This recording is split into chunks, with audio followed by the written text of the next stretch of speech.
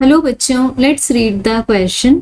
A scooter moves in a straight line. It covers 1/4 distance with v1, 2/4 with v2 and remaining with speed v3.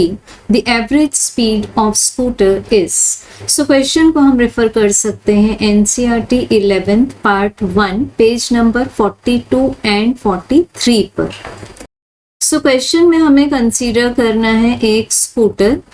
अब मान लेते हैं कि इस scooter ने टोटल डिस्टेंस कवर किया A B and the path length of A B is S. अब इस ए बी को पहले हम हाफ पार्ट्स में डिवाइड करेंगे, फिर 1/4 पार्ट्स भी इसके पार्ट्स बना लेंगे. सो क्वेश्चन में हमें सबसे पहले बोला हुआ है कि it covers 1/4 distance. So A to C जो डिस्टेंस है हमारे पास में दैट इज s/4 और स्पीड थी स्कूटर की v1. देन 2/4 मीन्स क्या आ जाएगा, c से d डिस्टेंस. सो ये डिस्टेंस है हमारे पास में हाफ ऑफ s और इस समय स्कूटर की स्पीड है v2 एंड रिमेनिंग. तो रिमेनिंग क्या है हमारे पास में s/4 एंड इस समय स्कूटर की स्पीड है v3. So we have to find the average speed of the scooter. तो सबसे पहले तो हम लोग रिलेशनशिप निकाल लेंगे टाइम में.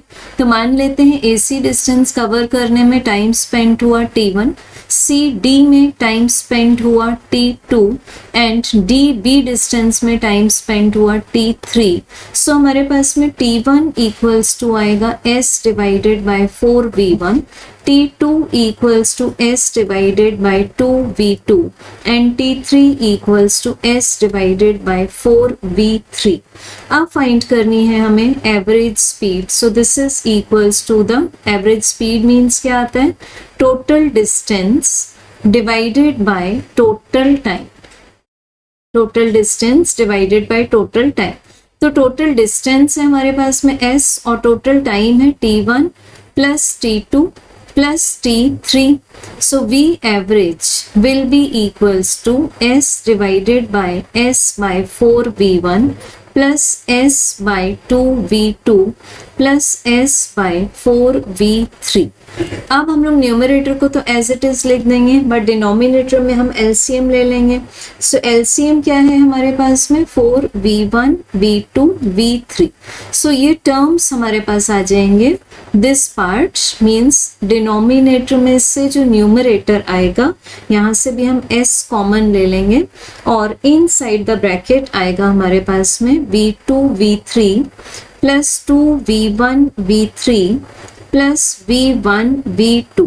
सो ये s कैंसिल हो जाएगा और हमारे पास में एवरेज स्पीड इक्वल्स टू आ जाएगा 4v1 v2 v3 divided by v1 v2 plus v2 v3 plus 2v1 v3.